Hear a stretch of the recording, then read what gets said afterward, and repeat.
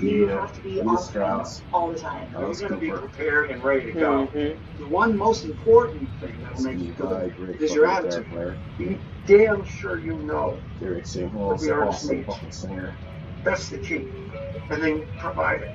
Being able to sing is always a plus. You can sing good and play. You're going to get the gig before the guy that just plays it. You gotta be able to memorize stuff fast. We get good at zeroing in exactly what we need to hit very quickly.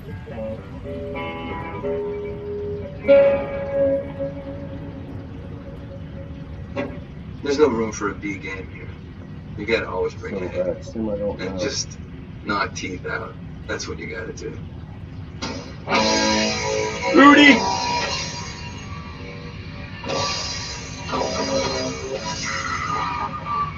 I didn't really start playing metal or rock until I became part of Quiet Riot. I'm talking about the Quiet Riot version with Randy Rhoads, which I was a member of in the 70s.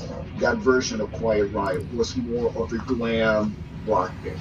And the music scene at the time was very much centric on new wave and punk. And bands like Quiet Riot were considered dinosaurs. There was word around town that the singer from Black Sabbath was looking for new musicians, to put a band together.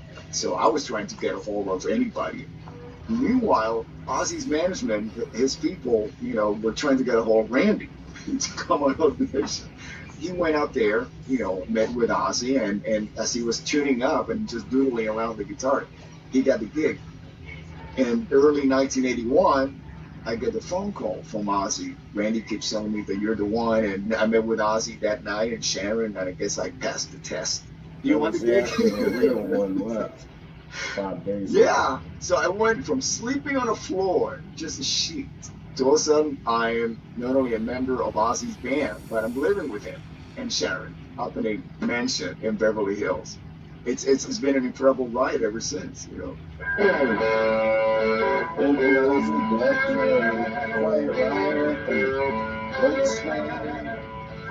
Good people don't stay undiscovered for very long.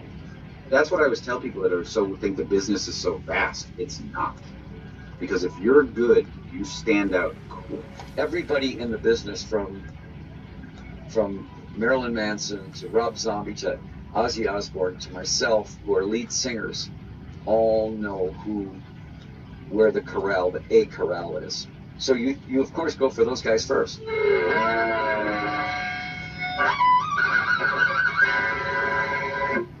Two string! Woo! Two string!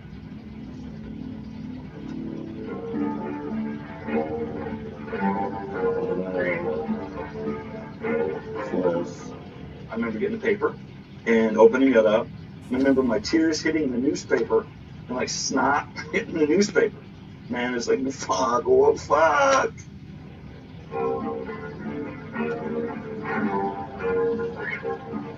Any bass players at that time that were in metal, he was our hero. He was Jimi Hendrix of the bass, man. I'll tell that to anybody straight up. I don't care who you are playing bass. You're not as good as Cliff, sorry. And I'd only seen him in concert, standing right in front of Cliff. And spent my last $14 on that television. The talk started happening. They were talking about auditions. Okay, who's the bass player, man? We got to get somebody because we have to continue this tour. They have a big hit on their hands. Need to rock and roll. They got to push through. There's momentum, and you're never going to get that momentum again. They called out 45 to 50 people. I got an early flight, borrowed money from all of my friends, 20 from that person, 10 from that person, 7 from that, 9 from that guy, whatever they could give me. Dude, you got what? Audition with Metallica? Everybody's flipping the fuck out.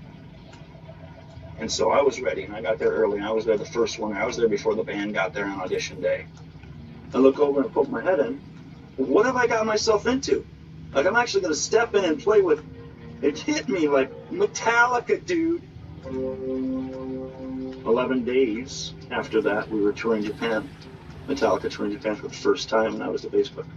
And at that time, I was a hired gun for $500 a week. Okay. I would have done it for a sandwich. It wouldn't matter. I would have paid you guys $5 to let me go. Shit. So that was it, $500 a week until April the next year when I joined Metallica as a full member for 14, 15 years. I was not going to pass this up or take this for granted that I was given this opportunity by these guys. Now you're in it, dude. You signed to be in this thing. You can't take that lightly. This is big responsibility now. Everybody's got their role in this band, and nobody wants to be the weak link. That's why that band is still around.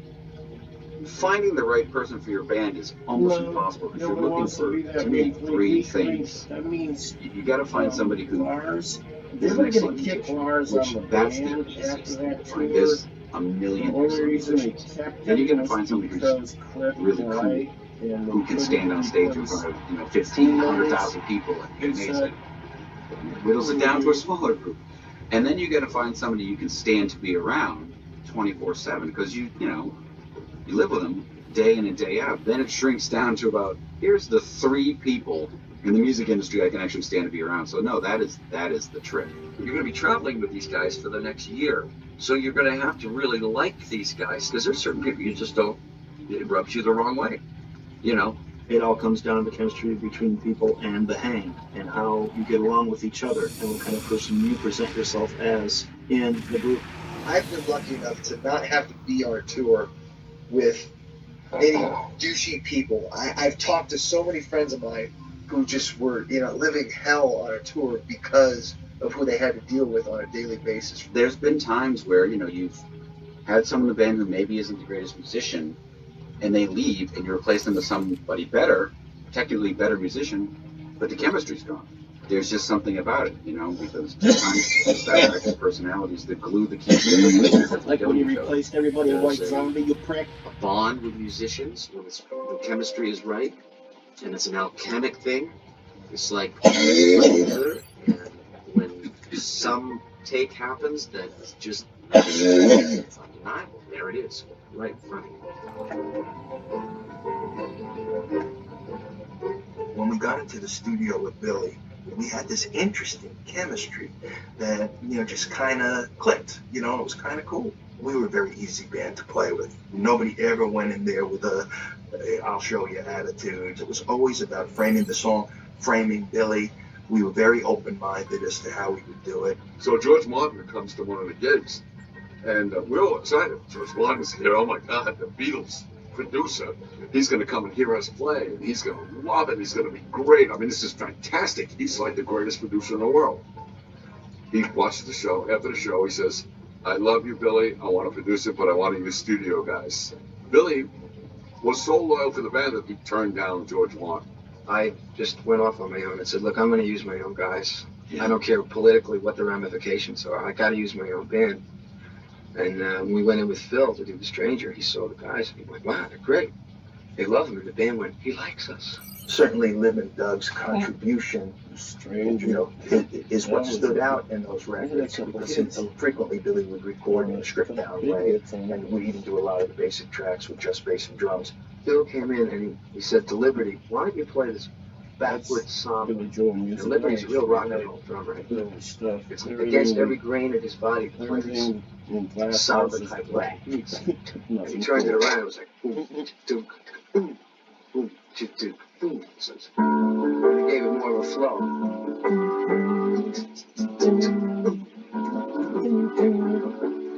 Don't go chasing,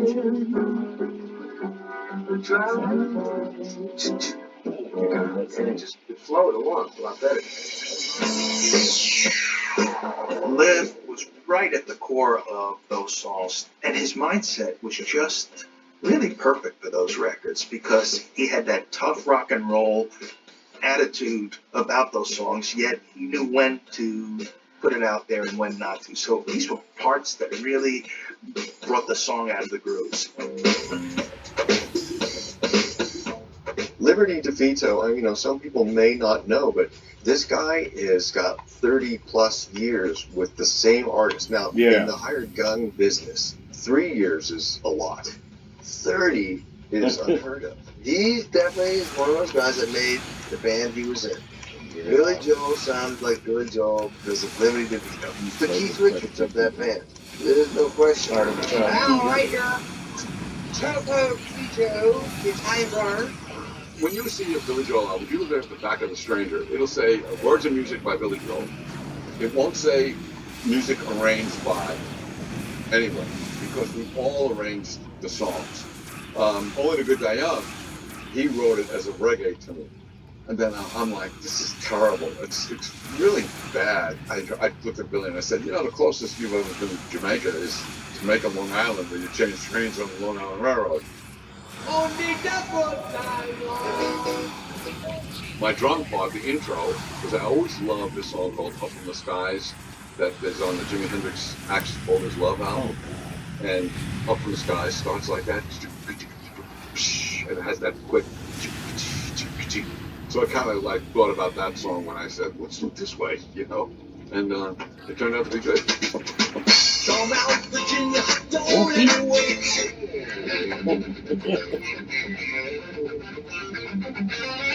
Mandy Moore, Alice Cooper, and Five Finger Death Punch. That guy's played with some, with a weird bunch of people.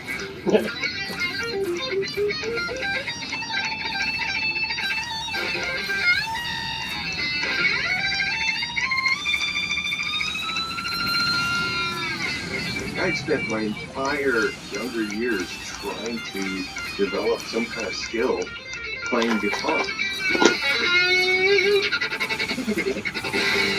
That's the only thing I cared about. I practiced hours and hours and hours a day, not because I wanted to make sure I was good. I played because I really loved it. It was fun. You could hear yourself getting better. You could pick up things that you couldn't do a week ago.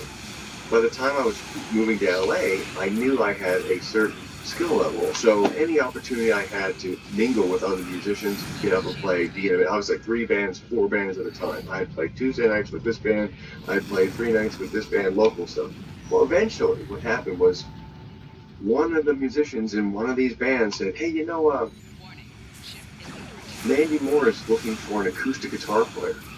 And I think that you'd be perfect for the gig. Jason got the Mandy Moore gig, and I remember thinking, good for you. I mean, it's a little lighter than what I thought he would probably go for, but, he was working, making a good living. People might not understand me in the Mandy Moore gig, but all I thought was like part 1 of the plan in motion. Like most of those gigs, I'm not in control of it at all, right? I'm just the rented guitar player. So at some point, they decided to do some left turn with business. She's going to go make a movie, or we're going to kind of shut down the music part. She's going to focus on acting, or whatever the reason was. And you just, in 1 nanosecond, your job's over. And then you start to realize, okay, there is no security here.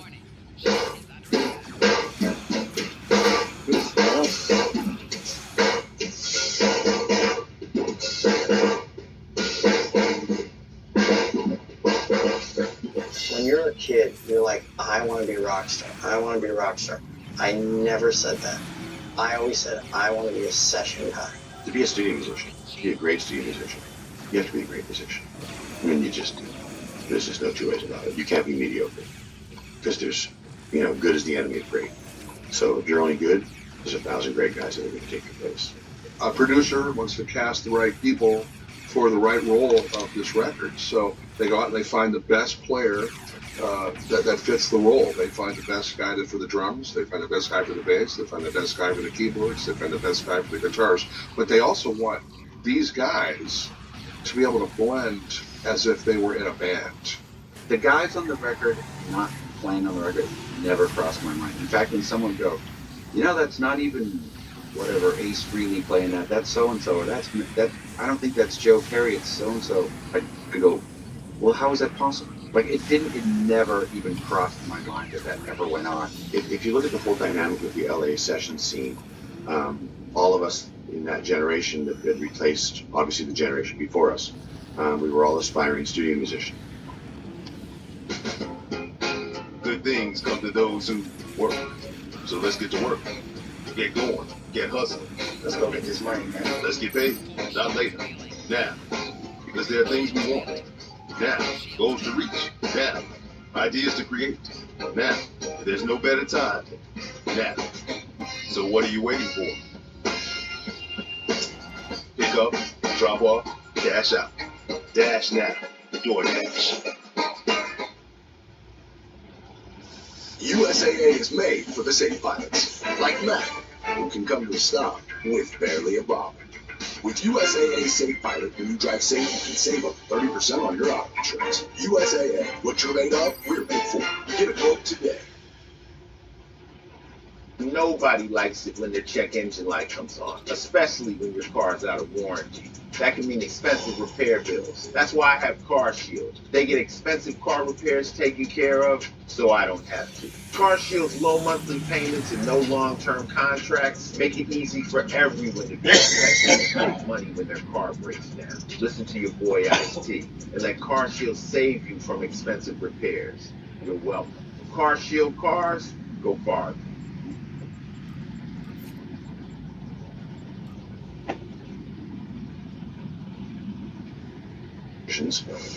Yeah, everybody who's anybody had to go through the record.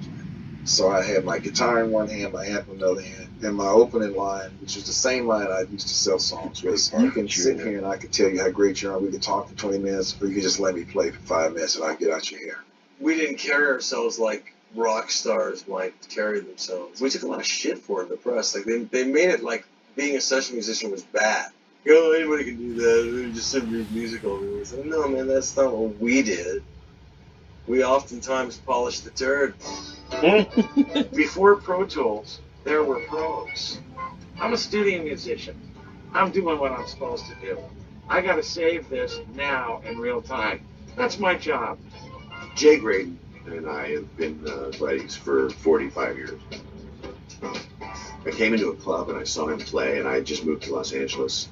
I was so in awe of what I heard and what I saw, this amazing technician with heart. We became fast friends and have worked together over the decades ever since. Jay is like a forensic scientist. He is so into what he does, and he has such an inner ear for production and for playing. You know, obviously he's a great player.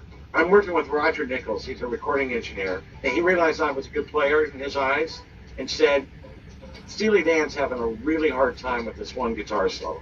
I'm going to recommend you for the gig. And I said, Roger, that would be great, because every studio musician wants to be on a Steely Dan record. This is as good as it gets. Whether you like that band or not, you know that if they were ever on a Steely Dan record, they're one of the baddest motherfuckers walking. I am 5 milliseconds away from crashing in the middle of the solo and hitting a wall. So I'll take a chance and I'll step on my dick. Fagan says to me, the key words, think blues.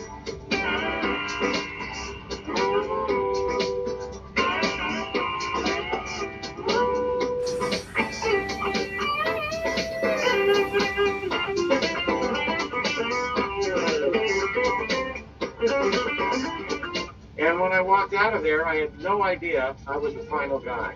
I'm thinking, well, I'm just probably another guy they're going to try. I know I was the 7th guy. And they're going to, who's 8th, who's 9th, who's 10th. They love the solo. The record comes out and I'm on it. And I'm going, hey, good, I won. So, good for me.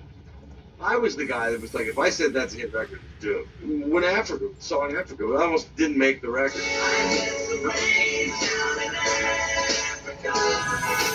When I put on Beat It, I thought that was hilarious. I heard the lyric, I cracked up. I went, Beat It. I went, oh yeah, that's destined for a hit. And I played all the guitar parts and the bass parts. Except for the solo. I said, if this song's a hit, I'll run naked down Hollywood Boulevard. Okay. Fortunately, at this point, nobody's ever called me out on that. But we're seeing reviews, saying Quincy Jones manages to get the members of Toto to play with some kind of taste on, Thriller. They just hated the fact that we were on something so huge. Most of us didn't stay as studio musicians very long. We realized it was kind of a dead end, even though it was a great living. But it was a dead end, and all of us would watch the producers on the other side of the glass. And I just know, me personally, I was going like, wow, I know I can do that. I'm positive I can do what they're doing. They're relying on us to come up with the music anyway, so I'm sure I can do that. I went from 6 figures a year to the first year I produced, I made a total of $5,000. 3 albums, all 3 of them stiff. No sales, no nothing. And I was very discouraged because I used to think that producing meant just getting a bunch of great musicians together and making a great track. But it's not what producing is. Producing fundamentally is finding great songs and pairing them with great artists. And I didn't have that part together yet. The breakout was when I met Earth, Wind & Fire. And again, that ties into Jay Grady because we wrote After the Love Is Gone together along with Bill Champlin.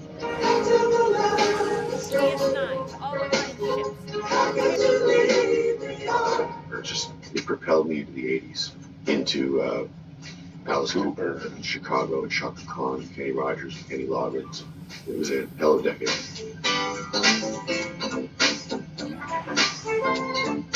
I got called by Tommy LaPuma at Warner Brothers to produce George Benson. I've got 4 days to come up with a song. After 2 days, I had nothing. I'm trying to write something and I'm just a blank. I don't have anything I like. I came over and he goes, let's write a song for Benson. And then afterwards, you know, we'd hang. See if you can come up with a verse. I said, look, I'm just going to walk away for 20, 30 minutes. I'll just go do something. I'll come back, I'll see where you're at. And I came up with a, you know,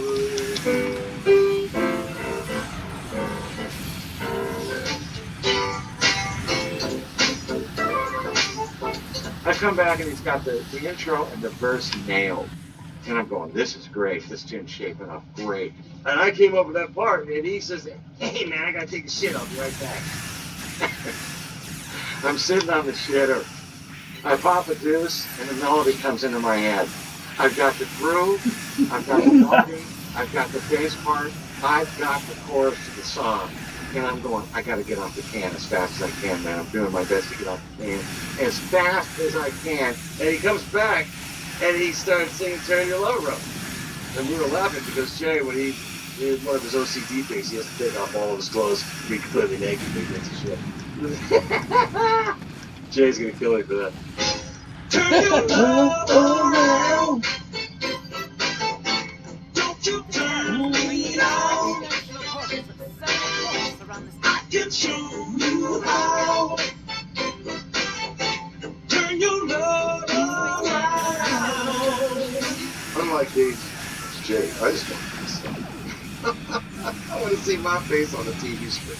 My mom couldn't understand what I was doing. I came home with a record one time and I was so excited. And she'd look at the record and go, I don't see you. And you know what? In all fairness, she was right. I was wrong. She was right. Well, why don't you see it? And so one day I thought about it. I said, you know what? I got to cut a record where my face on. Where I did. I started writing songs. And then I decided to cut my own music, which I thought I was going to record with this tune I wrote called You Make Me Feel Like Dancing.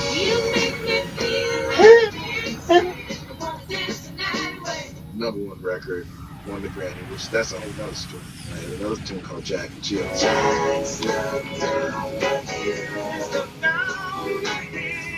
So Clyde Davis got me into Jack and Jill. He thought that was smash. So he heard it, he loved it. It sold almost 2 million. Only a few people get phenomena, and only a couple people get hits. And it's more important to have a classic song than it is to have a #1 song. Oh, he stole that. He got sued for that. Oh. First of all, I never, ever could possibly imagine that I could write a song and become part of worldwide. And then get sued by Huey Lewis for it. While I was in California, I'll never forget I had dinner at Spago's. He got sued by Huey Lewis and lost. Huey Lewis won. He proved that song was a direct ripoff of another tune by Huey Lewis and the News. There's a movie coming out. It says, have you seen these black posters with the circle? This is about time to get the ghost thing. The movie's coming out, okay? So this is going to happen fast. And he says, we've now spent a year and a half calling everybody. We've hired everybody. We've spent millions of dollars. But the director is insistent upon the word Ghostbusters must be in the song. And I told Gary, I said, well, that's nice, but I'm going back to Detroit. I'm not doing this. I'm like sort of, not retired, but sort of retired. Even if you don't like it, I get to keep it. He says, yeah, if we hate it, and you turn it into music, you get to keep the 50. Stayed up and literally 3 days, wrote the song, gave it to him. And the director, Ivan Rankin, called me at 3:30. He loved it. 2 weeks into this deal, Clyde Davis said, we sold 4 million records overseas just on influence. And at the Needham Festival, they were already presenting me with a 10 million selling album award. to this day, people ask me, are you tired of hearing people say, who you don't call? Well, no. It's like, am I tired of holding the best line will take over the best thing that ever happened? No. Who you gonna call? Ghostbusters! Vegeta, Vegeta, Vegeta.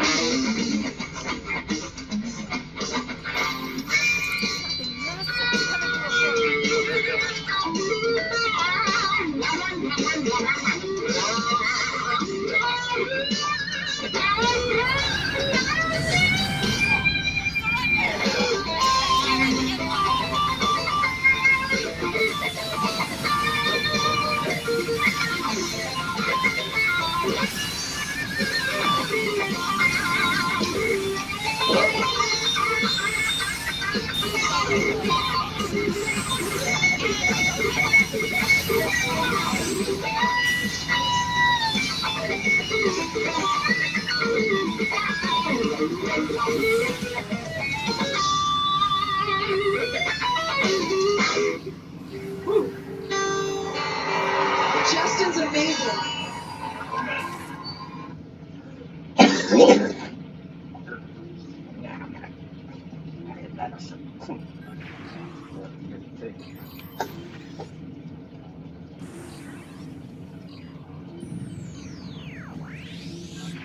Surrender now! And the Terran Empire will be merciful.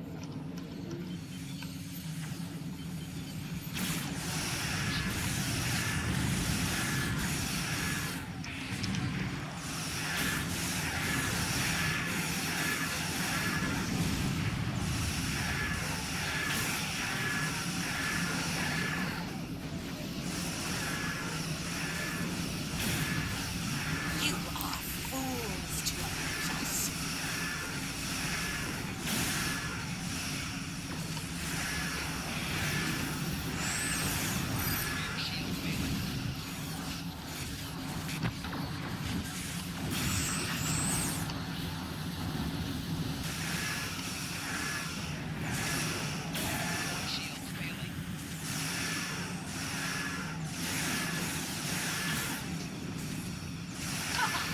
We've conquered everyone else in our reality. Power shield failing.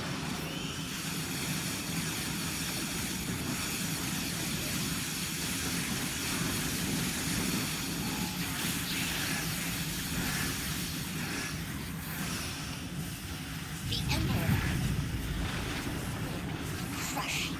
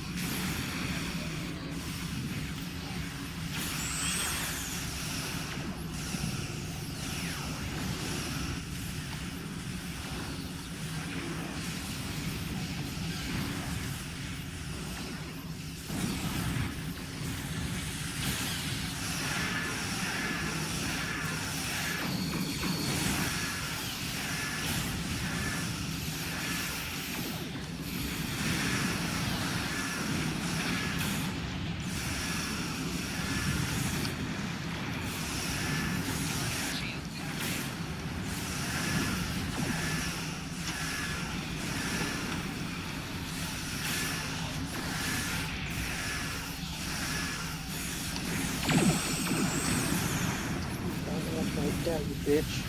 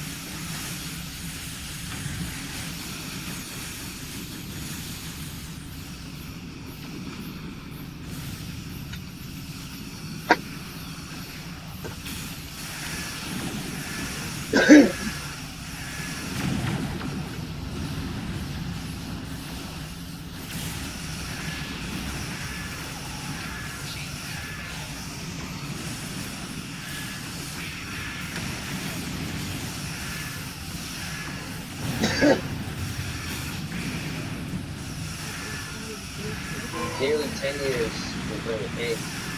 It's been one of the most amazing experiences of my life. It's a cool process because we all have a lot of input. She really lets us be ourselves, and it comes across live. People feel that, people see that, you know?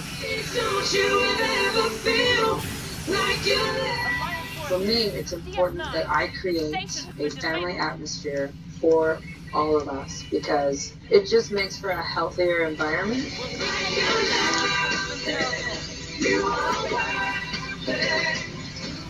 To be a musician and feel like you're being looked after makes you want to do a better job and do a great job because you know that you're being looked after and you're appreciated and you feel appreciated. So it just makes everyone feel like they want to be their best at all times. The bar is hot, so we have to be right there with her.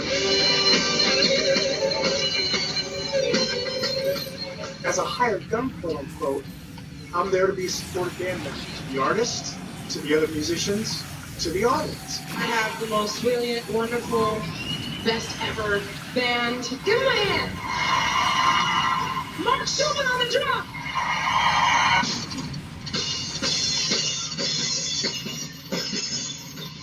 Sometimes I look out at the audience and it doesn't look like anybody's looking at me. But I think, why should they look at me?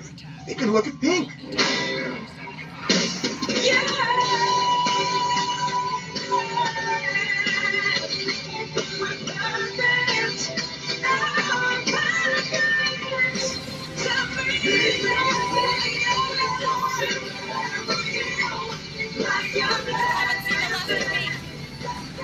I'm so thankful I've got all these people in my life because it's just been an awesome ride. You know, there's just fucking nothing like it. I wonder if those are all the freaking toys and shit that fans girl fans go and throw up on stage for. Like, these are mine. Thank you, guys.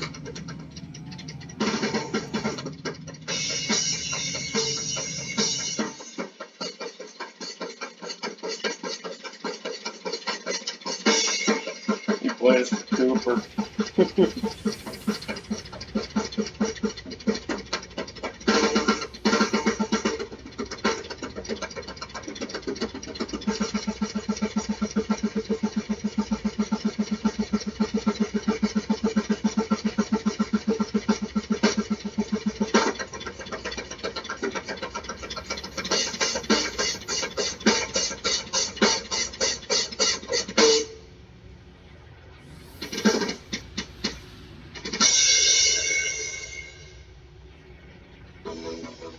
The first time I heard something I did on the radio was definitely uncredited.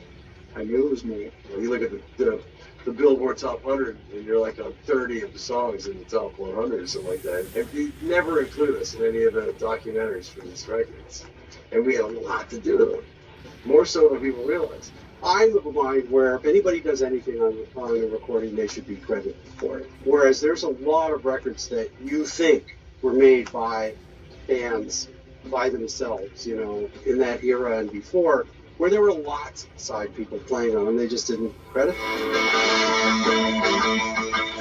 Gently.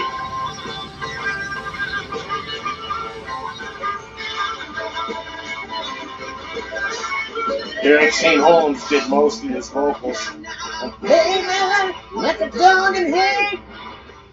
you know, Stranglehold was a big There's song for him, Holmes, and yeah. of course, in turn, a huge song for me. He also But most played people think Ted dual sings it. lead on that What song. they don't realize is that I'm the voice that everybody thinks is Ted's voice.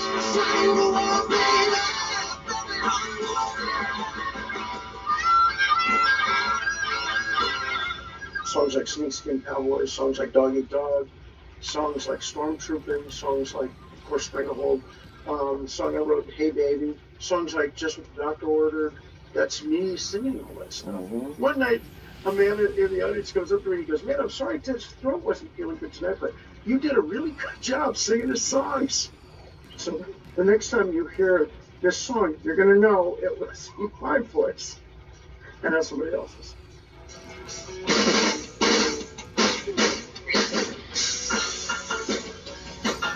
Yeah.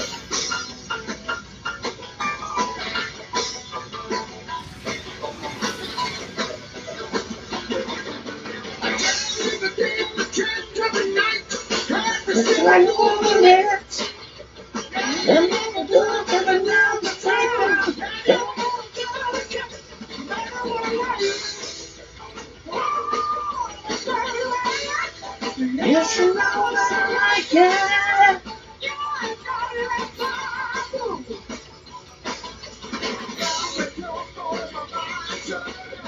Get me.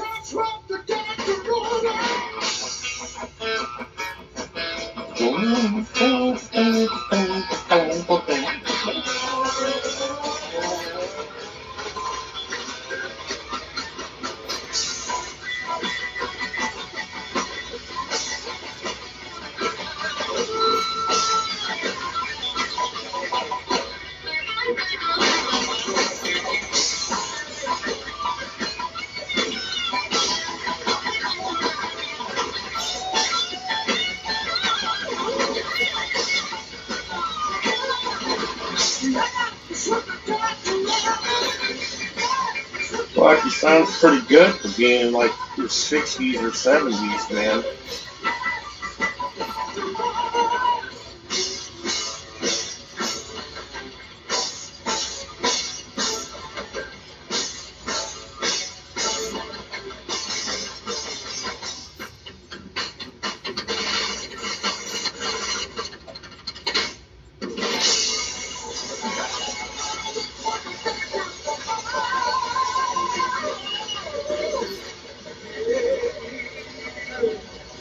Keeps going back and playing with Ted. Ted keeps fucking him over. Hey, the most money he's ever made was with Ted. Kenny, man. I love Kenny. He's got an energy. One of the most working dudes, right? Oh, that guy is so energetic. Kenny Aronoff, he's loud. I worked with him one time. He's loud. Fucking loud. He's a really well-schooled musician, to the point where he writes out all of his parts. He's kind of like the godfather of the hired gun of drums. I mean, he was doing this shit when I was a junior.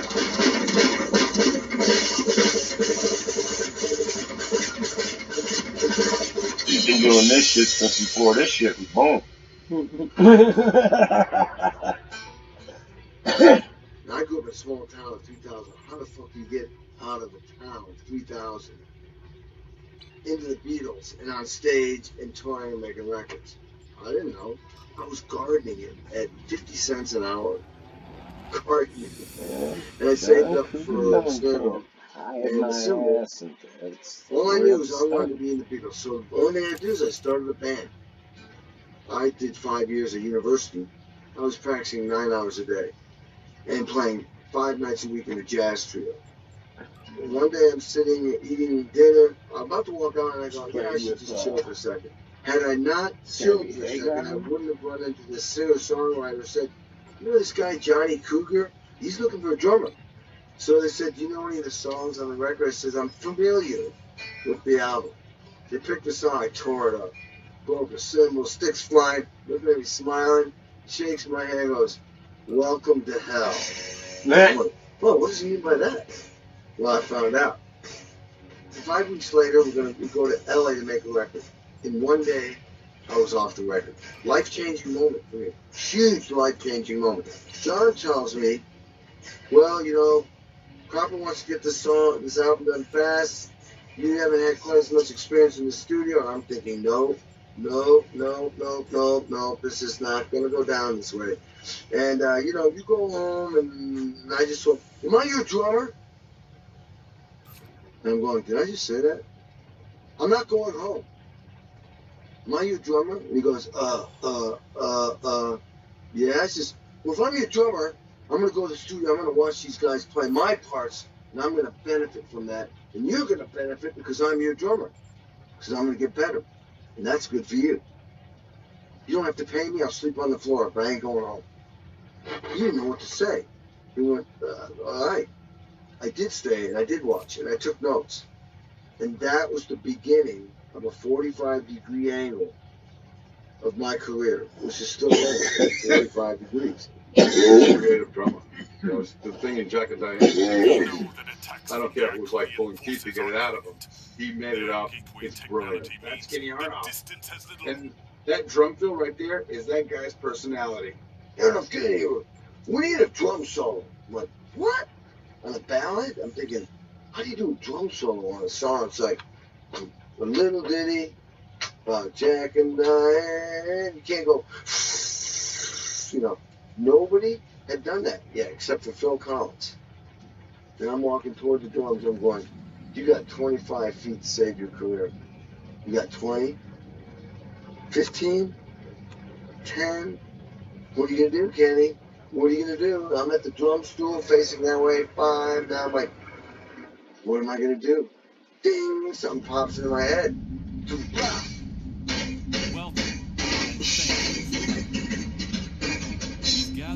That was it. Just short and concise thing. John's like, groove! Start playing the beat! So, you know, that song goes to number 1. Instead of getting excited, I shit my pants. But now I'm going like, now you have to be number 1, and you have to do it again. And I don't know if I'm not, am I good enough to do that again? I think out of all the drummers, when people used to say, if there was somebody to take your place with Billy, who would it be? And Kenny was the only one I could think of. I think me and him played a lot. Very aggressive and to the song. The great thing about Kenny is he is never satisfied with himself. So he will always give you that extra bit. He'll bother you to do it.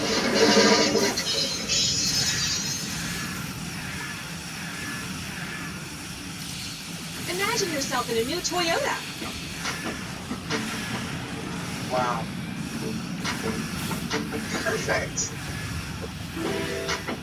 I think red is more me. Giddy up. Now get 2.49 APR financing on adventurous new 22 RAV4 or the electrified 40 MPG RAV4 Hybrid. Plus, you get 2 years no-cost maintenance. Ready, set, go get your Toyota today. Toyota, let's go places. Nobody likes it when their check engine light comes on, especially when your car's out of warranty. That can mean expensive repair bills. That's why I have CarShield. They get expensive car repairs taken care of, so I don't have to. CarShield's low monthly payments and no long-term contracts make it easy for everyone to be protected and save money when their car breaks down. Listen to your boy Ice-T and let CarShield save you from expensive repairs. You're welcome. CarShield cars, go far. Welcome to Allstate. Here, we'll never ask you to compromise. Great service and great protection at great low rates you want? Yep, no compromises here. Allstate. Better protection costs a whole lot less. Click or call for a great auto rate today.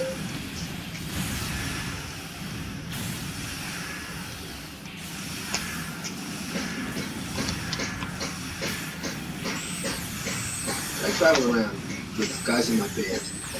It's like a New York street gang, and we kind of keep each other down to earth. We're always putting each other down, smacking each other around. We keep ourselves in line like that. We took a band attitude, we took a family attitude to what we did. Those tracks and those tours and that whole trajectory of what happened with Billy, that was part of our legacy too.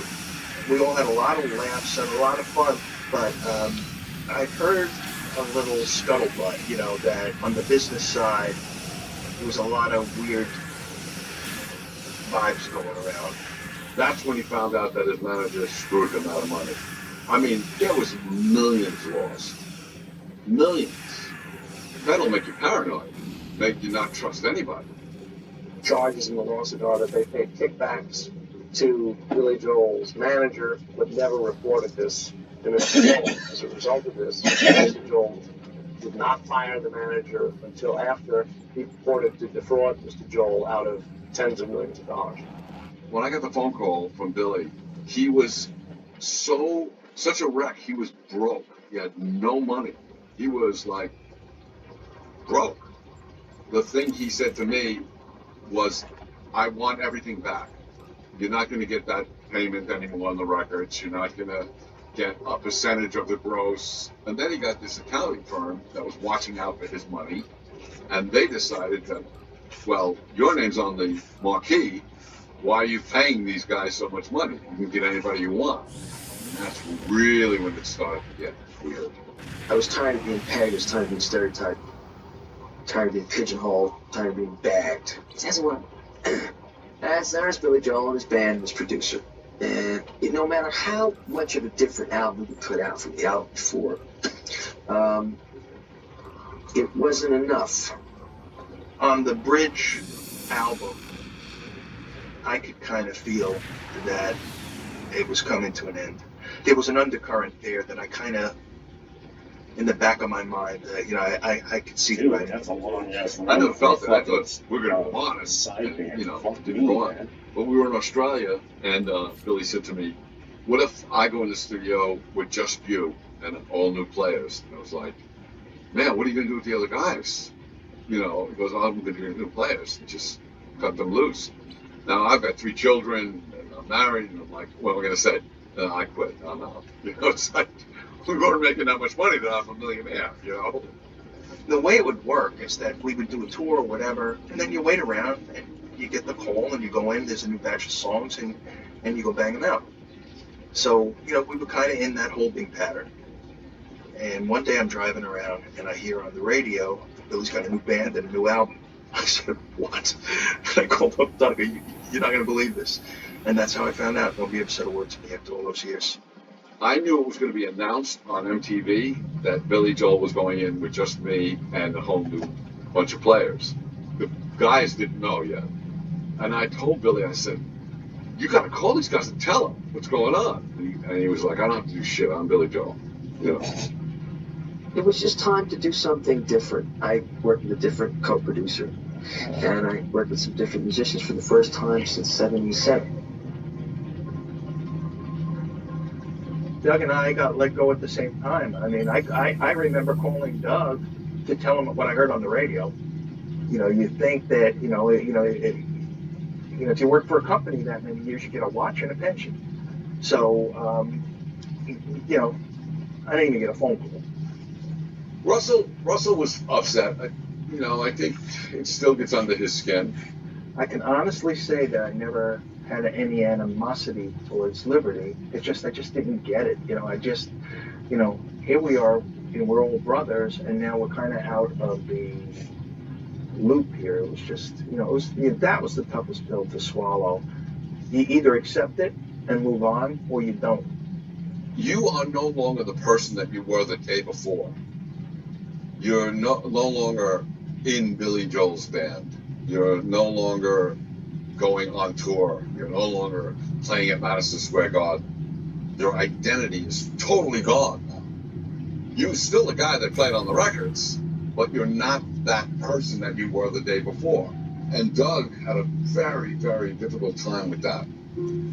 Doug tried to move on, but his life just kept taking steps backwards instead of steps forward. Well, I went out to do a gig, and I came home, and my wife then was crying on the couch, and something had happened in the afternoon. I said, come on, you're still crying over what happened this afternoon? She goes, no, Doug Stegmeyer killed himself.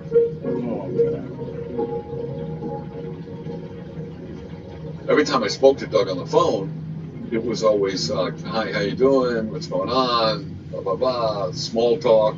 And then yeah, I'm having a hard time paying for this or whatever. Well, at least you still got your fucking gig with Billy. Fucking, I fucking lost my gig and you got your fucking gig. Remember, I got you that gig. And it was like, holy shit. So the one time that he called, I'm listening to him on the answering machine, and I didn't pick up the phone because I didn't want it to turn into one of those phone calls again. And that's when he ended his life.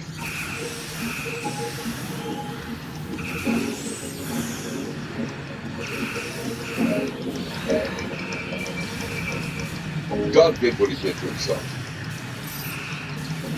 We all could have been better and helped him. But it's sometimes excessive with I just don't understand how you go there. It's been maybe one of the toughest things I've had to deal with because I felt like I lost my brother, and it's.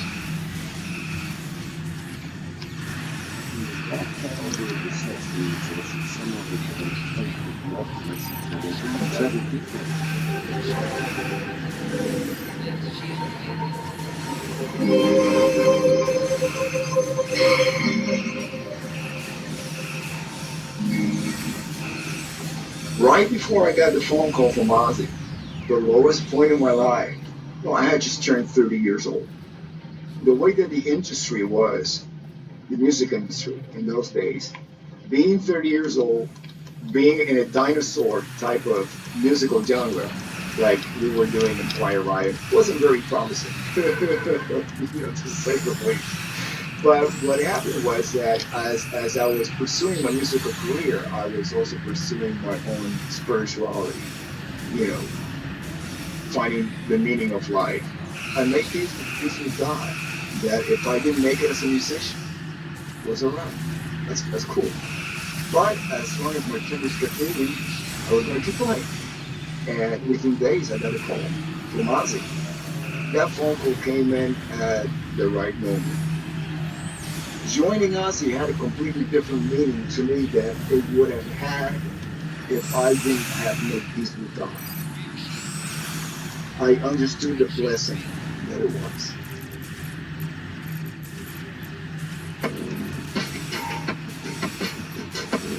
I started my journey in music as a hired gun for 9 Inch Nails. I had this record contract, and he said, I saw you in that band Collapse, and you jump around the stage and you look like you were having a good time. Why don't you come and join 9 Inch Nails and use it as a stepping board to get out and do your own thing? And I was like, okay, cool, this sounds like a great idea. There was no negotiation. It was like, hey, you want to go on tour? Sure. Okay. I actually thought, well, I'm a part of this, right? I'm allowed to, work with you and make some guitar stuff. I had said to Trent, I said, well, when's the record coming out? And he's like, well, I'm almost done. I'm mastering it. And I'm like, fuck, I didn't play on it. I didn't do anything on it. I said, Trent, you're going to New Orleans. You're going to, rebuild your whole life. Your house, put a studio in it. I'm going back. I'm going to live with my mom in the basement. And he's like, he looked at me and he went, get off your butt and go write a record. So I did.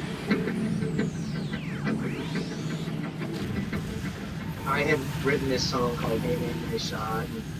There's a glass ceiling in 9 Inch Nails. There was a glass ceiling at that time of, even if you write, you're never going to own it. I was making $400 a month. John had called me up, who's their manager, and he said, hey, we're not seeing you that much, and we know you want some more money. We're not really sure what you're doing. But if you want to make a little bit more money, there's a pizzeria at the bottom of Cielo Drive. They're looking for drivers. Would you want to go make some money as a pizza delivery boy? I took my little song, Hey Man, Nice Shot. I've got a new manager, I've got a lawyer, and I am now in negotiations with 5 labels. What would you go with? The pizza?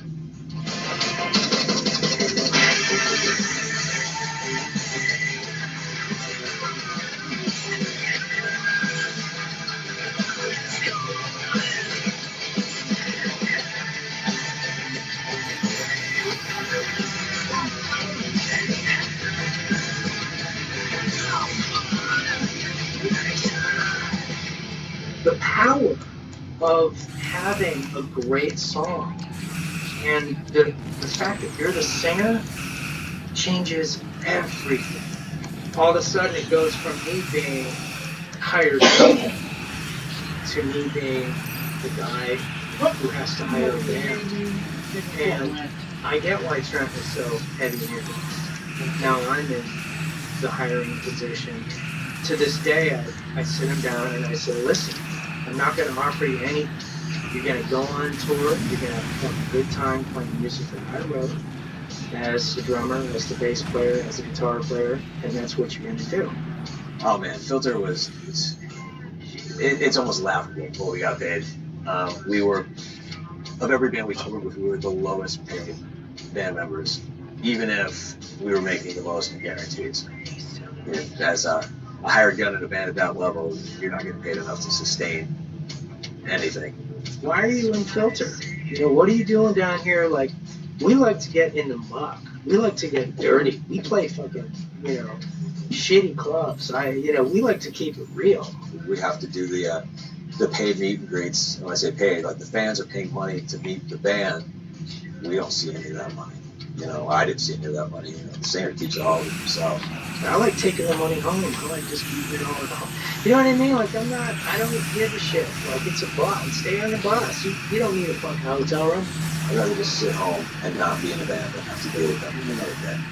I know of guys that are hired guns that have great stories, great situations. They love their jobs. That in this situation it worked. I had that aha moment of, is this really worth it? On stage, Germany.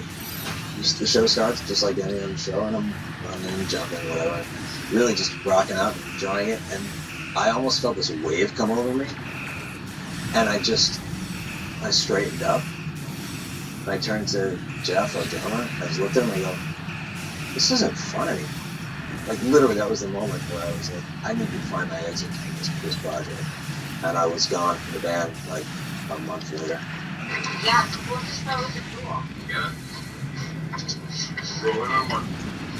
The Philly cheesesteak burger on a fresh baked bun at Carl's Jr. and Hardee's. And I'm the voice on your TV and radio. If they need stuff read, I read it. The grilled cheese breakfast sandwich, only at Carl's Jr. The most notable one is the grocery works out. Without us, some guys would starve.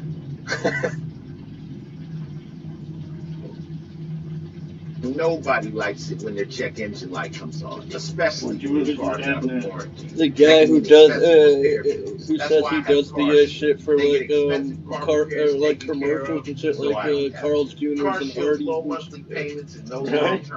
and he's like one of the guys from Filter. Save money with their car breaks down. Listen to your boy Ice-T. Let CarShield save you from expensive repairs. Whatever you want. CarShield cars, go hard.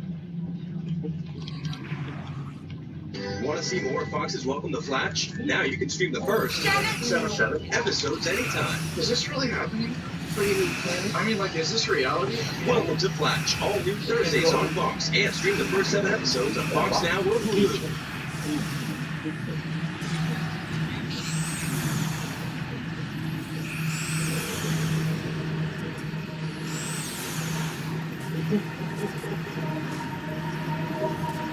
On our second leg of the Diet and Advent tour, we started in Atlanta. We did one more show, and our third show was in Knoxville, Tennessee, which is the last time that Randy Rhoads performed.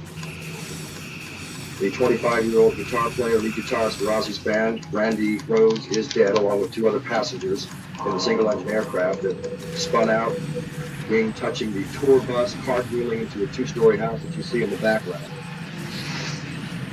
I wake up to this boom, huge boom out of the middle of nowhere. I mean, the last time I saw Randy was standing at the doorway, getting out of the bus, and he's yelling, "Hey, come on, come on, we're gonna go on a plane." And I said, you know what, I'm gonna get out of my bunk when we get to the hotel, and then just lay in front of the pool, and that's it. And I closed the curtains and went back to sleep. That was the last time I saw Randy. Usually we were like always hang out together and do adventures and do and stuff together. And it was the only time that I declined, went back to sleep, and I wake up to glass everywhere. The glass shattered everywhere. The window, the passenger back window was gone, and I looked out, and there's a tour manager, Jake Duncan, on his knees, pulling his hair out, crying, they're gone. I thought he must have been in a highway accident. The last thing that I could imagine was that the plane hit us. And once you realize what's going on, it's this huge hum, really low frequency takes over, and I couldn't hear anything. It was a hum.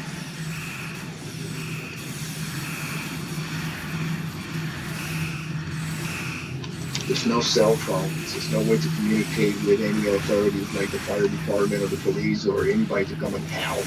The plane, the Cessna, just crashed through some trees and exploded on impact on the garage that was attached to the house.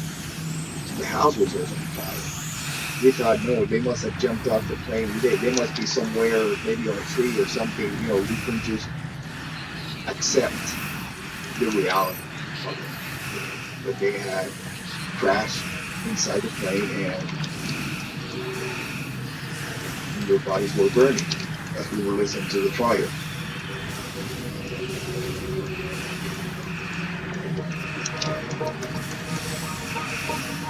That was the worst experience I've ever had in my life.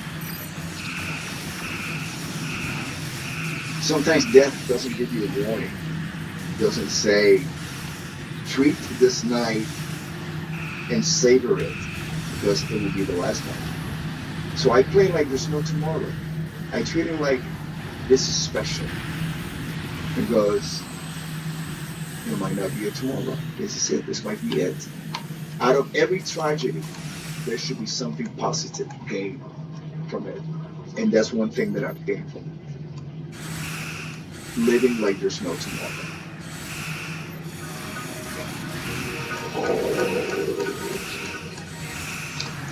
As a replacement for Randy being determined? No, a replacement hasn't been determined yet, but the decision will be made, and of course it's issue built. To be honest with you, we really didn't have much time to mourn. The decision was made to continue to keep Ozzy occupied. If Ozzy would have just gone home and canceled the tour, he would probably drank himself to death. So basically, we had about 10 days to find a guitar player that could actually play the songs the way that Randy composed them and recorded. And fortunately, that's when Brad Gillis, came to the picture. It was like the biggest gig in the world that you could have at that time.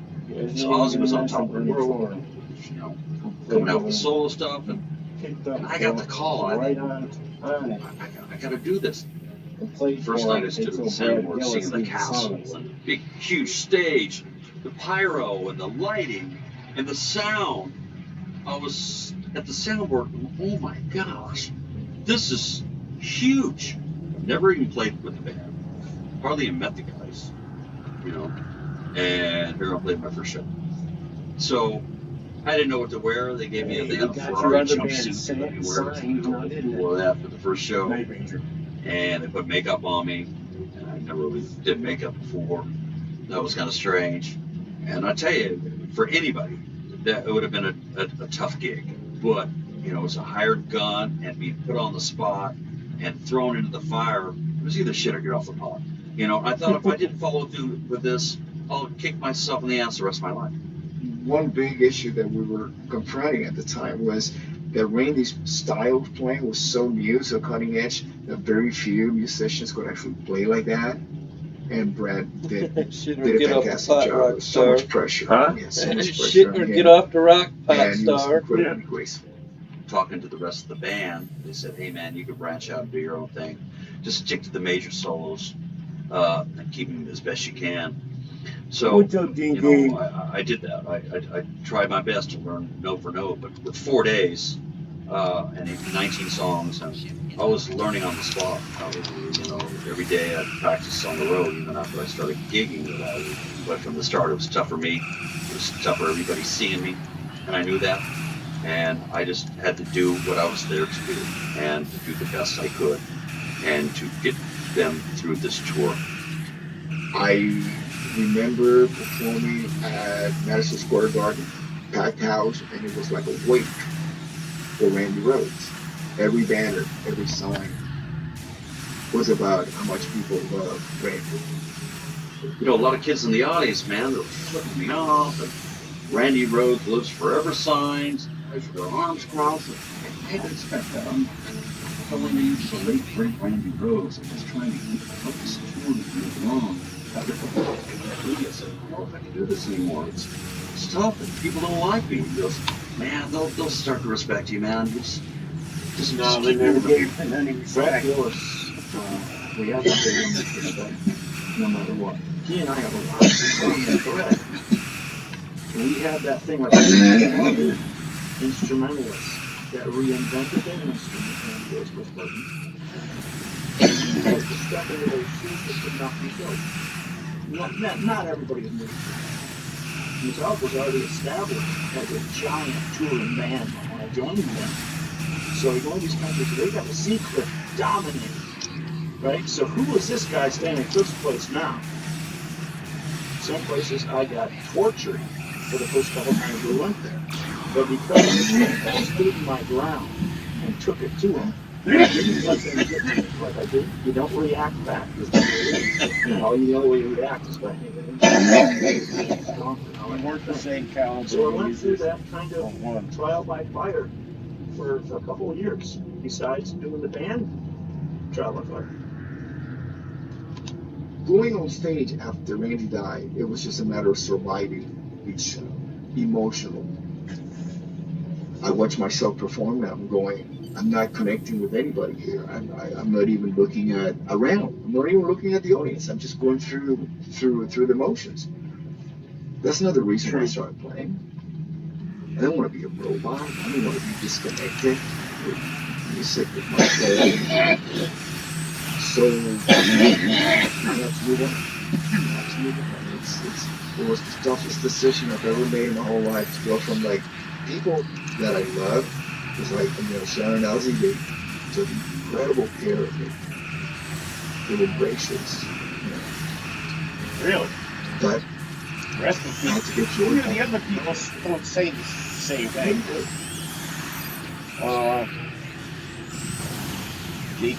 Lee, Billy Susan, I lost a certain gig where Pop it was Daisley, all Lee shut down Kerslake. without boring. And then there's that sort of gap where you're scrambling like a fish out of water, trying to get back into something just so you can pay your bills. I get a call from one of the guys that I used to play with in Manuel Moore's band, and it says, I'm now the musical director for Lizzie McGuire, a Disney artist. And I'm like, who? I don't even know who that is. Tell me more. So I found out later that Lizzie McGuire is Hillary Duff, and they're trying to mold her into a singer, and they kind of want to make her edgy. They want a rock guitar player. I thought of you. What are you doing? I had just come from 2 years on the road playing with Vince Neil, where it was drunk, rowdy, big theaters, bars, tits, girls French kissing in the front row, all kinds of rock and roll stuff. And then now I'm touring stadium packed. It's like little kids. In most cases, it was their first time ever at a concert. The line backstage for me became, okay, guys, time to scare the kids. This guy, It's funny because I took my daughter down to venue Church on the road to go see Hillary Duff. And stage left is this like really cool Black Label Society rock and roll like heavy metal guitar player who's got on black jeans and Doc Martens got a chain hanging down. I mean, he looked like he should have been, playing in Metallica or something, When I saw Hillary Duff's show, and I said, who's the guitar player? And somebody finally said, that's Jason Hook. And I said, yeah, but write that name down. Because when I go to see other bands, I always kind of make a note of who people are. You know. The second year that I was in that gig, the craze for Hillary. Well, she pretty much stopped being a musician She anyway. was so successful that the band was on retainer, which is something that doesn't happen very often. And essentially what that means is that they pay you whether you're touring or not. I did something sort of foolish. I said, I'm going to be an adult now. I'm going to buy a house. It wasn't long after that where I was stunned, because you literally get up out of bed one day and you open the email. It says, hey all, after several meetings with the label and the movie department, we've decided to take Hillary's career in this new direction, and we're going to shut down touring. Thank you very much for all your support and loyalty, and we wish all of you the best of luck for your future. The end. I'm like, That's full house. here. Yeah.